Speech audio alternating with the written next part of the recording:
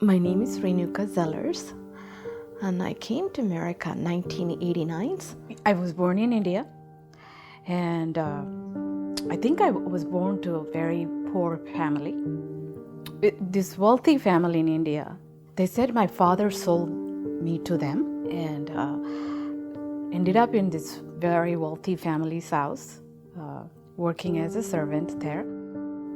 But the older I got into, they planned to bring me to America. The owners in India had a daughter, and she moved to Houston, Texas to study law.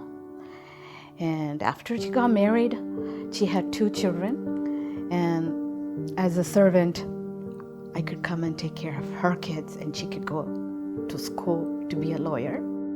When I arrived to Houston, Texas, my passport says I was coming to dancing, Indian dancing, folk dancing, and they said I went to school. Don't forget, I never went to school in India. And I became 24 hours taking care of our 2 babies, and I was a child myself. I was crying every day, and I keep asking my mom, wherever she is, if she exists, could she come and rescue me? Every day I ask, but wasn't working. No one would come to the front door just to take me out of that house. It was almost a year, I think. One day, I just ran out of the house when nobody's around.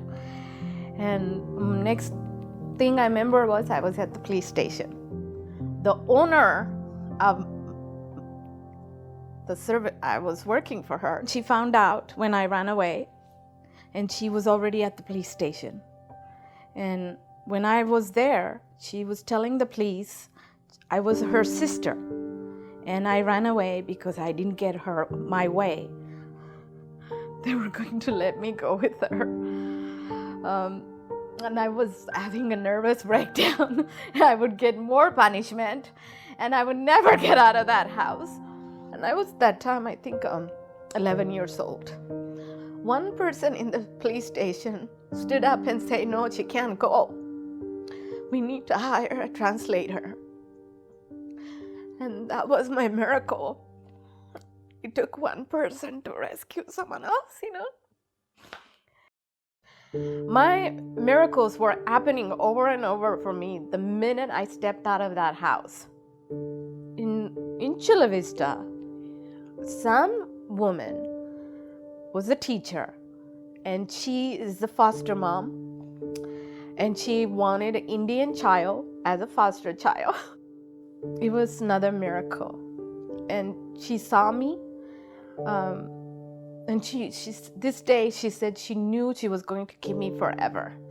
And it was just amazing the way she touched me, the way she held on to me. It's like,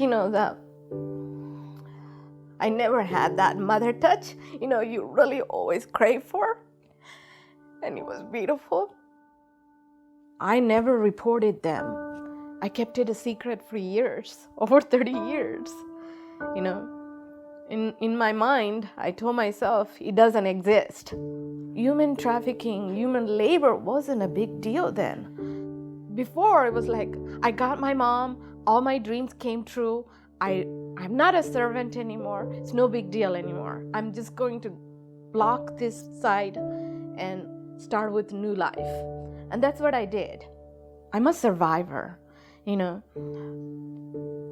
Rescue happens very quickly, but recovering your life is long journey. I want people to know is other people are there to rescue you, but it just takes time to recover your life.